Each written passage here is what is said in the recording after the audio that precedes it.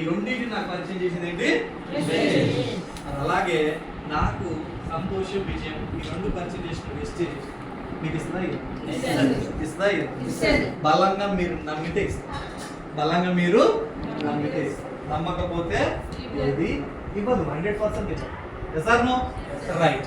మరి చూడండి, మీరు కూడా నాకులాగా సంతోషకరమైన జీవితం పొందాలనుకుంటే ఎంతమంది అనుకుంటారు? నచ్చిందా? నా లైఫ్ నచ్చిందా? బిఫోర్ వెస్టేజ్ నచ్చిందా? ఆఫ్టర్ వెస్టేజ్ నచ్చిందా? బిఫోర్ వెస్టేజ్ వద్దా? ఆల్రెడీ మాకు ఉన్నాయి సార్ అంటారా? ఎస్. సో మరి ఆ లైఫ్ నాకు నేను ఏదైతే పొందిన లైఫ్ అటువంటి హ్యాపీ లైఫ్ మీకు కూడా కావాలని మీరు అనుకుంటే ఇప్పుడే ఈ క్షణమే మీరు బలంగా నిర్ణయం తీసుకోండి. బలంగా తీసుకుంటారా? హ్యాబిట్ అవుతారా? దానికోసం మనం చేయాల్సింది ఏంటి? ఏది ఏమైనా మరి ఆ డిసిషన్ ఏంటంటే ఫస్ట్ ఎందుకని అంటారుగా జీవకోటి రాసులు ఎన్నో నేనైతే లెక్క పెట్టలేదు. ఓకేనా? కొన్ని లక్షల జీవకోటి రాసుల్లో మరి మనిషి జన్మ అనేది గొప్పదంటారు. అవునా? మానవ జన్మ అనేది గొప్పదంటారు. అవునా? అంటే మానవ జన్మ పుట్టడమే ఒక గిఫ్ట్. Sir no. సో జంతువులకు అది కష్టమైన సుఖమైన ఏదైనా జీవితం అంటే అన్ని ఒకే రకంగా ఉండదు అంటారు కదా. మనకి వాట్సాప్ లో వచ్చి ఉంటది. ఇప్పుడు ఇలా ఇలా ఈసీజా ఏమంటారు అది ఇట్లా ఇట్లా అంటే నువ్వు బతుకున్నట్టురా ఒకసారి ఇటు పోయి సచ్చినట్టు. Sir no. లైఫ్ లో కూడా ఇలా వస్తుంటాయి. మన బిజినెస్ లో కూడా అప్ అండ్ డౌన్స్ వస్తూ ఉంటాయి. సో ఒకప్పుడు క్రౌన్ డైరెక్టర్ ఉన్న నేను స్టార్ డైరెక్టర్ మెయింటైన్ చేసిన రోజులు ఉన్నాయి. అర్థమవుతుందా? యూనివర్సల్ క్రౌన్ డైరెక్టర్ నుంచి డైమండ్ మెయింటైన్ చేసిన రోజులు ఉన్నాయి. తీసుకొని మళ్ళీ 2 లక్షలు కంటే 1 లక్ష తగ్గింది ఉంటుంది కదా. 3 లక్షల రూపాయలు పోయిందని ఉంటుంది. అవునా? కానీ నాకైతే అదేం కాదు. పోయింది మళ్ళీ 1 లక్ష మంది వస్తుంది. ఇప్పుడు పోయింది 1 లక్ష మంది వస్తుంది అని చెప్పేసి అనుకుంటా. అంతే తప్ప అప్ప 1 లక్ష తగ్గింది కదా 1 లక్ష తగ్గింది కదా అంటే నెక్స్ట్ మంత్ నీ పని చేయాలి. Sir no.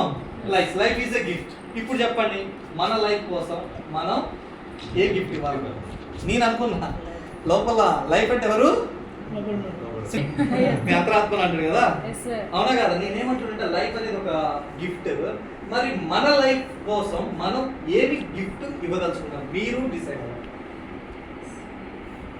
Decide Sriram sir ఏమి ఇవ్వాలనుకుంటారు? మీ లోపల ఒడికి గిఫ్ట్ ఇవ్వాలి. ఫస్ట్ నేను అనుకున్నా ఏమనుకున్నా నాకు నేనుగా లోపలోడికి ఏమి ఇవ్వాలా? అలా ఎర్నింగ్స్ ఇవ్వాలా? క్రౌన్ డైరెక్టర్ అనే టైటిల్ ఇవ్వాలి. By your crown your king అనేది ఇవ్వాలని ఎవరు డిసైడ్ అయ్యారు? నేను డిసైడ్ అయ్యాను. ఇప్పుడు మీరు రాసుకోండి. ఇప్పుడు రాసుకోండి. నేనే, నా భార్య, నా పిల్లలే కాదు, రేపటి తరమే కాదు, నాలాంటి వాళ్ళు లైఫ్ లో చాలా మంది ఉన్నారు. లేరా? ఉన్నారా లేరా?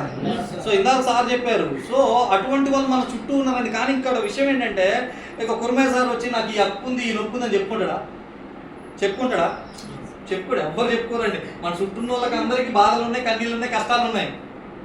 ఎవడో దగ్గర అనుకున్నోడికి మాత్రం ఓపెన్ అవుతాడు తప్ప వేరే వాళ్ళకైతే చెప్పదు ఓపెన్గానే.